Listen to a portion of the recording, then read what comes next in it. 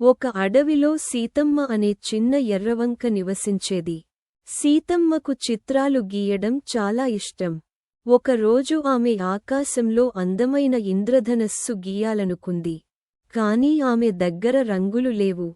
సీతమ్మ తన రంగుల డబ్బాను తెరిచి చూసింది. అయ్యో, అందులో ఏ రంగులు లేవు. అప్పుడు ఆమెకు ఒక ఆలోచన వచ్చింది.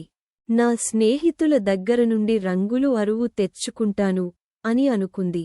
సీతమ్మ మొదట ఎర్రని రోజా పువ్వు దగ్గరకు వెళ్ళింది.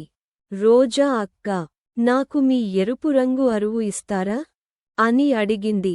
రోజా పువ్వు నవ్వుతూ, తీసుకో చెల్లి అని ఎరుపు రంగు ఇచ్చింది. తరువాత సీతాఫలం నారింజ రంగు, పువ్వు పసుపు రంగు ఇచ్చింది. చెట్టు ఆకుపచ్చ రంగు, నీలి పక్షి తన రంగు ఇచ్చింది. రాకుమారి చిలుక నీలిమబ్బు రంగు, ఊదా సీతాకోకచిలుక తన రంగు ఇచ్చింది. అందరూ సీతమ్మకు సహాయం చేశారు. సీతమ్మ అన్ని రంగులతో ఆకాశంలో పెద్ద ఇంద్రధనస్సు గీయడం మొదలుపెట్టింది.